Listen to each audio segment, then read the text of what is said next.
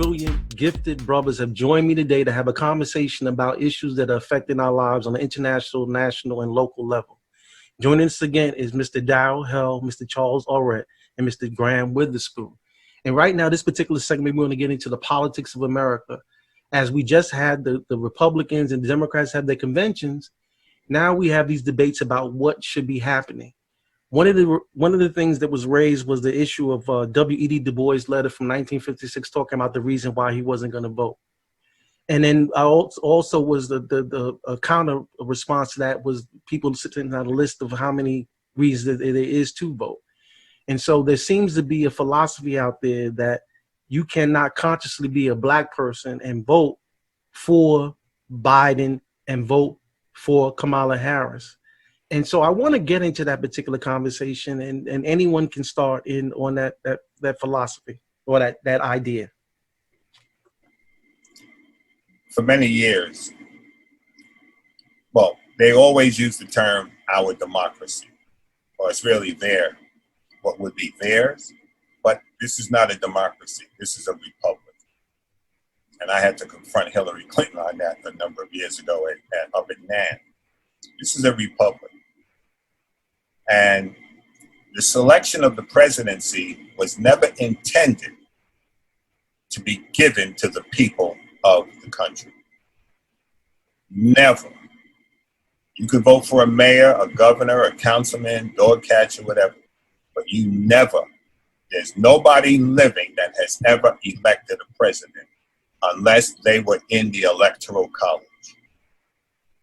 If you are not one of the electors, you never elected a president. Never was it required that and why was that so? Because the guys that called themselves the founding fathers, you got to understand the United States of America is a corporation. That corporation works for the benefit of its shareholders, of which you and I are not a part of. When they say of the people, by the people, and for the people, of, by, and for the people who own and run the corporation of the United States. White people don't understand that. Black people don't understand that, but that's the reality of what it is. Now, let me go back.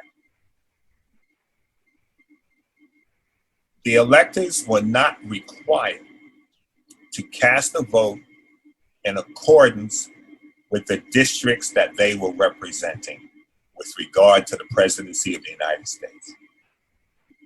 People complained about, oh, Hillary, I despise Hillary Clinton. Don't like her husband.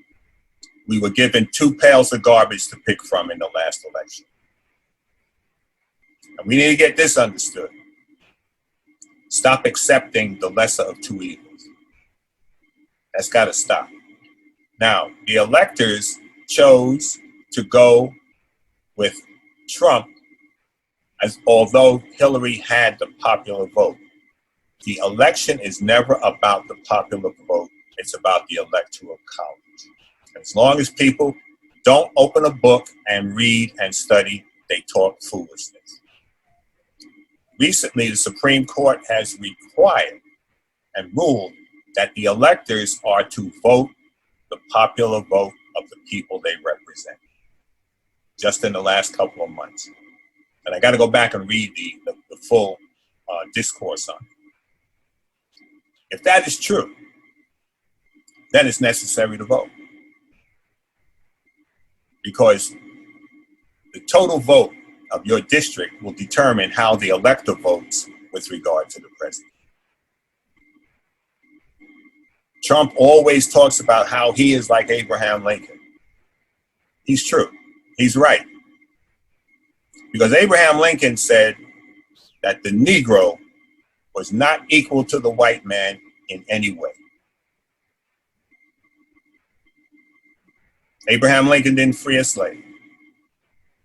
The Emancipation Proclamation was written to the Confederate States who had seceded from the Union. So you don't control people that are not in your jurisdiction.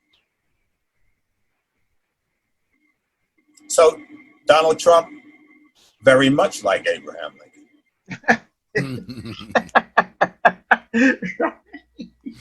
Right. He tell the truth. And I respect him for that one truth, other than stating his name, which is true. Donald Trump. Right? So this year, coming down to vote, I'm not a Democrat and I'm not a Republican. I haven't been for years.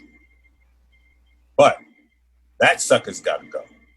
By any means necessary, he got to go. Biden is not going to run a second term. He's going to set and watch Kamala, because she's going to be a very present help in the time of trouble. She is going to be very vocal. She's not going to be like Pence. No. She's going to be involved in everything that's going on, and you're going to see her on the news just like you see Biden, because he's prepping her to run. And I love that fact, because Hillary got to sit in the background because she thought she had the gilded spoon. Right? So let's push back against that idea, Graham, because again, these are people reaching out to me, and we've been having these conversations about the past history of Biden and Kamala Harris, and it's like their argument is that we're just glossing over that whole idea of what their effect on communities of color, and not looking at the bigger picture, and that we're compromising. The crime bill, yeah. And that's open to anybody that wants to talk. Y'all don't have to just sit there and be quiet. we will find that in our households, we don't like something that your mother said, your sister said, your brother, you don't like it. But you didn't pack your bags and leave the house. Simply put, right. You're still there. Yeah. There is friction. And nobody is forgetting anything that happened. That's why history is important. But our people don't really want to study history. Well, and also it's important that people want to do everything on the back end. So if you're mad about who is your current choice, you should have been working on that 4 years ago, 5 years ago, 8 years ago, not that year. All of a sudden, here comes this candidate out of the blue that's supposed to be this new big thing, so on and so forth. And so they didn't do the work. And so then they have put us in the situation where we have these two people to vote for. Now, just like if we were actually functioning properly, what we would have done is also break out the idea of what states do we need to have vote overwhelmingly to get him out, and then what states can we do so that way we can get a third party. So let's start with the Green Party. They're easy. And the idea of that, and they have global reach, and the idea that you can easily get that 5%. So that way that starts the ball rolling of understanding how to get out of the two-party system. So once you have, now there's any number of strategies that you can use to get there. I'm just saying that's one of them the idea, but then you're thinking about the idea strategically about how do you get something, and you're not just in this 2, 4, 6, 8 year cycle, but you're just thinking through what are the components that we need to do to get from A to B, and how can we get there as expeditiously as possible versus this dreadful drug of gradualism with everybody talking about at some point, so on and so forth. It's just like, we need to get back to a freedom now movement and not a freedom at some point when it's comfortable for all of you. Yeah, it's what I just go ahead. yeah, okay, thank you. Charles. Two quote. I'm a cliche guy. I can't help it, right? So two cliches come up. It's like, if you fail to plan, you plan to fail on one side, and then on the other side is man plans and God laughs, right? Okay, so that's where I am, right? Now, to the point that we're going through right now, say for instance with the athletes, what they're doing, like, that's a wild card. Nobody ever thought, I don't think, that we would be where we are today in terms of not only that the athletes are kneeling, they're they actually didn't play games. Okay, so to me, what that does is takes us to the true the true quintessence of America, which is the dollar. You know, because I always say follow the dollar, follow the money. Right. Now, the fact that I think is the beginning of a new paradigm, like and I hate to just talk about athletes and whatever, but you know, that's what we're going through right now. Tell the truth. So LeBron, you know, LeBron is setting up doing pragmatic things that can end up helping to secure the kind of future that Darryl, you, and with Mr. Weatherspoon, you know, can really, Mr. Graham, I'm sorry, Mr. Graham, can Mr. really, Graham. you know, embrace, you know, because we're actually planning, you know, there are plans in the works in terms of putting things in place that would allow us to have stepping stones, you know, like landmarks, things that will allow us to say, well, this is where we want to go, and this is how we want to do it. So LeBron, in his infinite wisdom, young man, 34, 35 years old, he's a leader, right? And what he's doing is, I think he set it up so people could vote in Dodger Stadium or something like that. You know, and this is the kind of leadership that I'm talking about, because he doesn't have to, he got enough money. So he's not doing it for the money. I presume, I'm just assuming. He's not doing it for the money. He's doing it because he has to do it. He can't not do it because he doesn't have to do it. He has the Promise School in Akron. You know, young people like going to college. I mean, you know, he's actually putting things in place that are concretizing, that are moving towards developing people to know who their true and authentic selves are in light of other things that will make us think that, you know, of self-hatred and things like that we're going through, because we need healing, right? So I'm thinking that these brothers and sisters that are doing things right now, hopefully I'm saying that they won't be co-opted or anything and taken off path, because like I say, you know, man plans and God laughs, you know. So, you know, I'm kind of, like I say, this thing, but again, like I said early on, this thing is bigger than everybody. Well, let's talk about the idea of man planning and stuff. And part of planning is the Democratic platform, right?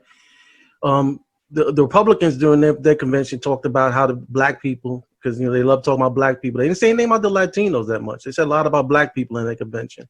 They talked about how black people are just like on a plantation with the Democratic Party, and we're just following suit. And then there's an argument that's been coming out that's talked about a lot of us are John Lewis Negroes in the sense that we're here to compromise and not to challenge. And so we're hearing that particular narrative, especially coming from some younger people, which I have to, and they talk about, because of the lack of diversity in the conversation, that we're not really pushing a quote unquote black agenda, but we're pushing a liberal agenda. And so the question is a liberal agenda a black agenda? And this whole philosophy that, you know, all tides, you know, raises everybody's boat doesn't mean anything to us, because we got a hole in our boat, and so the boat is still sinking. So how can we still support the Democrats, believing that something's going to change when 50 years of supporting them has us in this COVID experience right now? Right, but see, I believe that that's actually the wrong question. See, because that's getting right back into the lexicon and narrative that they want us to be talking about, is the idea that we just go back and forth between what the reps and Dems want. And so then our minds are focused on this is the menu of options that whatever they discuss one way or another, versus, to me, that's why I'm always focused like a laser on what do we want for each other? Like, you know, like a lot of the young black and brown brothers and sisters, or what I refer to as blipsters, black hipsters, move into the area, a lot of these brothers and sisters do not say hi and behave just like white hipsters do. So then when I'm walking down the street and I say, good morning, brother, good afternoon, sister, whatever, and they look at you like you're crazy, then I'm like, well, you don't even know what it's like to be black. So what exactly are we all fighting for? If at the end of the day, if we're going to demand, as I had talked about in previous episodes, if we're going to talk about how other people treat us, which we should, and address that, we certainly should be addressing how we engage each other, because it's the point of, if we actually focused more on how we engage each other, then what we would do is, from that process, we would develop all the mechanisms we need to address the situation. So just like you could take an example of the gun lobby. Gun lobby would run with anybody who supports its cause, because they have a specific agenda, and whoever is going to execute that agenda, the people who are going to help them execute that agenda the most, they'll support. So that's the reason why Kamala and all those people had high NRA gun ratings, and so that's why I'm saying the idea that even though I think that the focus of what those two are is important, they are all functionaries in our agenda of, like, if right now we are sitting in a situation, and we are, where there's two people who are likely to be president. Now we can hope for some other random party or whatever to come up, but the reality is one of these fools in one of those parties is going to be sitting in the White House come January. That's the reality. So then you have to then look at, what do you want for your people, and which set of options is going to give you the most leverage and maneuverability. That's your only question. It's not the idea, like, I don't support these people, but if I don't get Trump out, I have a much bigger problem, and that's not going to solve my problem. And I'll end with this, because I certainly don't want to monopolize the idea that, like, the problem and why we're stuck with Biden to start with, and we're stuck with the two people who were the antidote to any kind of progressive movement whatsoever. The reason why we're stuck with them is because all the people who went to the damn rallies didn't go to vote. So then we ended up with Biden versus Bernie. So then that would have given us, now I'm not saying that Bernie was like the optimum person either, but the idea that would have given us, again, more leverage, because you're playing a game of chess. And what happens is we get forced into playing a game of checkers. So then it's just like, okay, well, this move, that move. And basically we get down to a tic-tac-toe. So then technically, if everybody really knows how to play the game, nobody wins.